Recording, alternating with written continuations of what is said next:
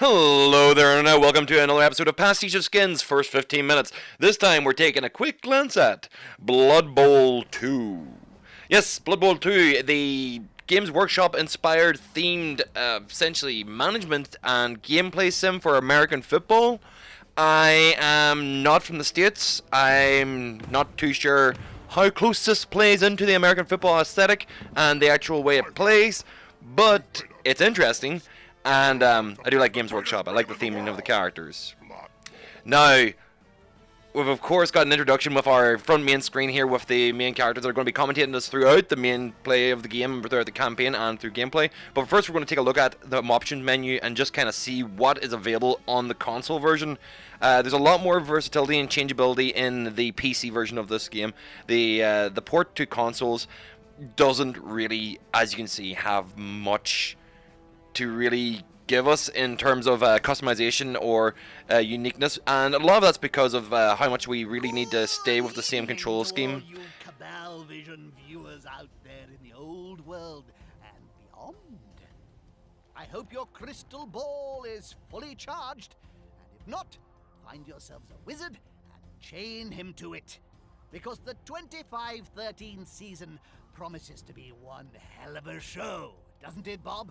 It sure does. Oh, and iron, Jim. Iron what, Bob? Your shirt? Chains, Jim. Iron chains for chaining up your wizard. Iron is best. It's harder to enchant than steel or silver. Oh, and don't forget to break their fingers as well. Thank you, Bob. Yes, fascinating. And we may come back to that later.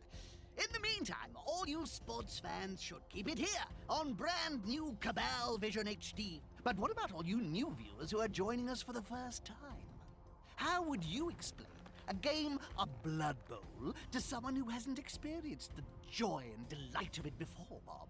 Firstly, I'd say, under what toilet in the realm of chaos have you been hiding? Then I'd begrudgingly explain that Blood Bowl is a visceral, violent sport where two teams of players must get an inflated pig bladder or ball across a large field into the opponent's end zone by any means necessary to score a touchdown.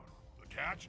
There's only one ball, and the opposing team is trying to do exactly the same thing. The match lasts for 2 halves of 8 turns. The team with the most touchdowns wins. Very nicely summed up, Bob. So, what about the teams? It promises to be an interesting season, especially for the Reichland Reavers. Let's remind ourselves by taking a quick look what happened in their final game last year.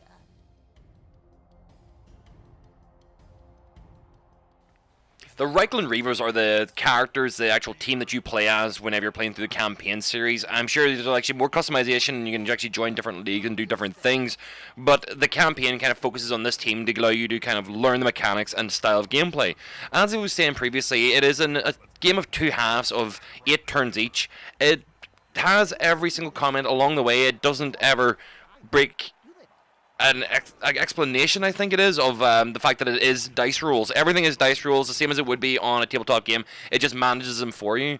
And in the early parts of the game, I found that the fact that it manages all the dice rules and keeps it out of your view made it more accessible to me as I was playing it, until they actually started to extend the rules and increase the detail of all of the things that were going to be going on, how they actually introduced skills, how they introduced the percentage of failures, and how they introduced the actual gameplay, the deeper mechanics of the world and of the tabletop origins of this game, which, to be honest, doesn't interest me quite so much. So it really has made me lose interest. Well, let's see how the Reavers get on. It's their first match, under the leadership of the new coach in a preseason friendly.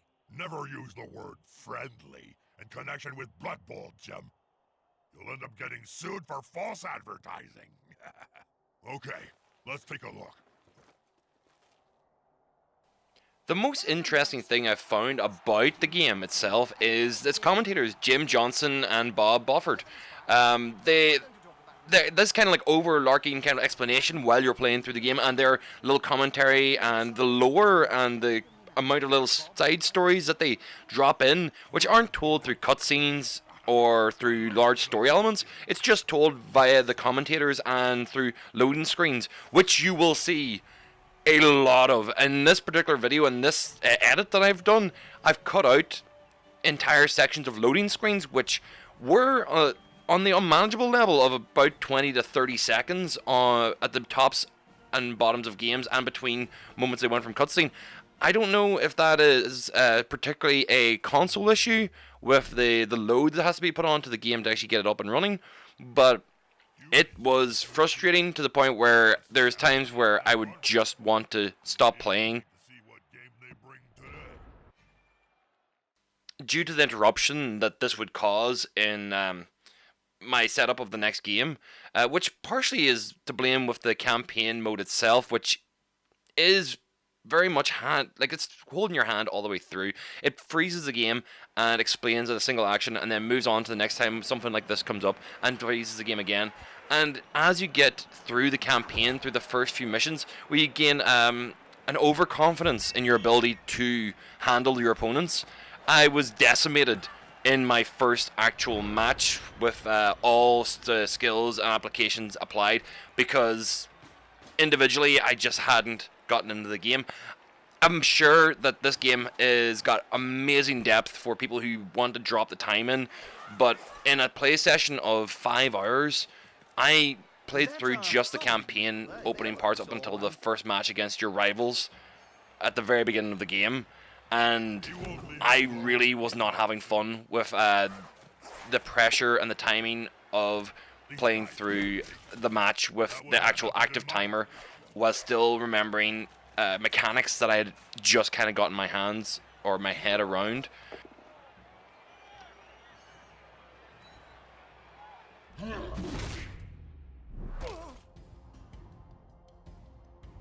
In my hours of playthrough, I really only started to get to grips with the layers of customization and the leveling system that's involved in this game.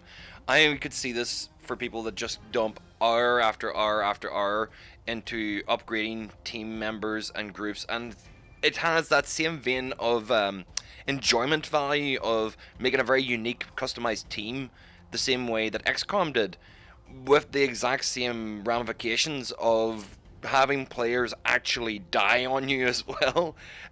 All of your actions during a match in the actual later part of the campaign will derive you SPP, which is then used to buy individual skills for your players, which are all randomly selected, like what kind of ones you can choose are randomly selected by dice rolls, which, you know, RNG is great, but it can be unbelievably unforgiving and unbelievably frustrating in an equal measure.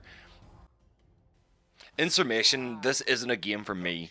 I know that's a game that somebody else could really get their teeth into with the development of their team and the actual constant kind of like grind of it, but I've never been one for management sims, and I've never been one for sports games in general, so this doesn't tickle any of my spots. So guys, Blood Bowl 2, worth giving it a try. If you're into Games Workshop, give it a look. If you're into XCOM style gameplay, give it a shot, and you might find that it's a really wonderful blend of those two things together that tickles you in like that special little place inside, and maybe it's just your niche interest.